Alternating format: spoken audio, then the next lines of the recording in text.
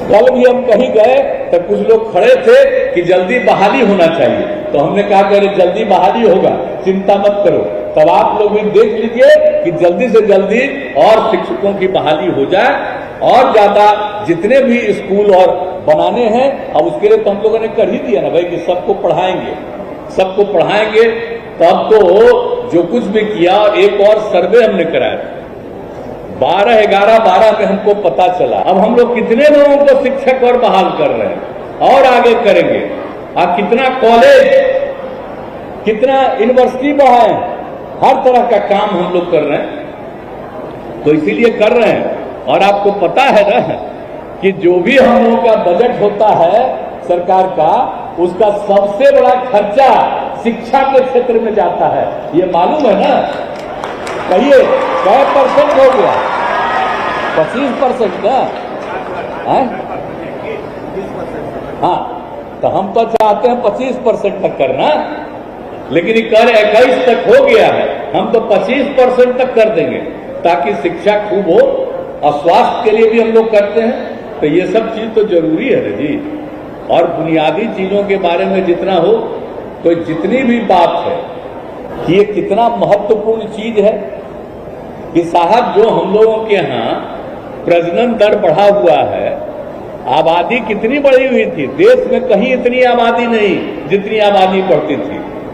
जब हम लोगों ने काम शुरू किया तो उस समय था एक ही परिवार का, पति पत्नी का, और एवरेज पूरे बिहार में मिलाकर के 4.3 था। अब उसके बाद उसका अध्ययन हुआ कि अगर पति पत्नी में पत्नी मैट्रिक पास है तो देश भर का प्रजनन दर 2, और बिहार में भी अगर लड़की महिला मैट्रिक पास है तो उसका भी प्रजनन दर, जो पत्नी मैट्रिक पास है उसका भी 2, और उसके अलावे 12वीं कक्षा तक भी, इंटर तक का भी पढ़े हुए हैं। तो देश भर का था प्रजनन दर 1.7, और बिहार का था कि अगर महिला इंटर पास है और तब उसका प्रजनन दर मिला 1.6। कितनी खुशी हुई कि अब प्रजनन दर कम करने के लिए हम सब लड़की को इंटर तक पढ़ाएंगे, तभी जाकर के देश का ही है।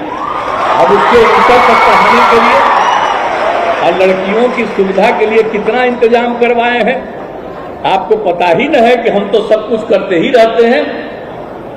अब एक बार तो हमने शुरू किया था 18 में मुख्यमंत्री कन्या उत्थान योजना, जन्म से लेकर के स्नातक शिक्षा तक पढ़े, उसके लिए हमने इंतजाम किया था कि हर लड़की को 54,100 रुपया दिया जाएगा। अब बाद में उसको बढ़ा करके हमने कर दिया है, अब 94,100 रुपया हो गया है कि पूरा का पूरा खूब पढ़े, आगे बढ़े। तो इस काम में हम सब लोग लगे हुए हैं। अब यही सब की बात है, शिक्षक से, शिक्षिकाओं से, सबसे कहेंगे लड़के लड़कियों को खूब प्रेम से पढ़ाइए, और जब पढ़ाइएगा बहुत अच्छा होगा, और नहीं पढ़ाइएगा तो मतलब कुछ है। अब हमने तो कह दिया है मंत्री जी को भी, इनको भी हमने कह दिया कि जरा देख लीजिए, जो अगर नहीं स्कूल में पढ़ाते हैं निकलवा दीजिए उनको, कोई नहीं। अब जब अगर पढ़ा देंगे तो उनको और ज्यादा दीजिए पैसा, ताकि खूब बढ़िया से पढ़ा दें। ये बहुत जरूरी है एक एक चीज को देखना। अरे पढ़ाइएगा तभी ना। अब पहले कितनी बहाली थी, और आपस में झगड़ा नहीं करना चाहिए, किसी भी धर्म के लोग में आपस में होना चाहिए। और अब आप देखते न हैं, पहले कहता था लड़की का अलग पढ़ाई और लड़का का अलग पढ़ाई। हम तो इंजीनियरिंग कॉलेज में थे, लड़की पढ़ती ही नहीं थी, एक तो लड़की नहीं पढ़ती थी। आज जब हम लोगों से रिलेटेड कोई परिवार की आ जाती थी तो सब खड़ा होकर देखने लगता था। इतना कम कोई होता नहीं था। उसी समय हम लोगों ने कहा कि ना लड़की को पढ़ना चाहिए। अब इंजीनियरिंग कॉलेज में भी लड़की अब पढ़ रही है ना। अब हमने तो कर दिया कि मिनिमम 1/3 लड़की का होना चाहिए, मिनिमम 1/3। तो सब तरह से कर रहे हैं, इंजीनियरिंग, मेडिकल, सब चीजों में हम लोग करवा रहे हैं। ताकि ज्यादा से ज्यादा पढ़े। और जब सब पढ़ेंगी तो कितना अच्छा होगा।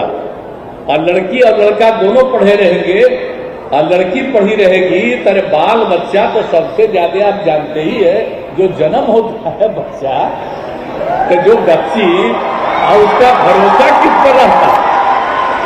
सबसे ज्यादा मां पर रहता है भरोसा। इसलिए वो अगर पढ़ी रहेगी, खूब ज्ञानी रहेगी, तो बच्चे और बच्चियों को कितना ज्यादा सीखेगा, वो सब कितना बढ़िया से सीख लेगा। तो इसलिए बहुत जरूरी है। इसलिए शिक्षा का विकास जो हम लोग करना चाहते हैं और जितना भी काम किया है,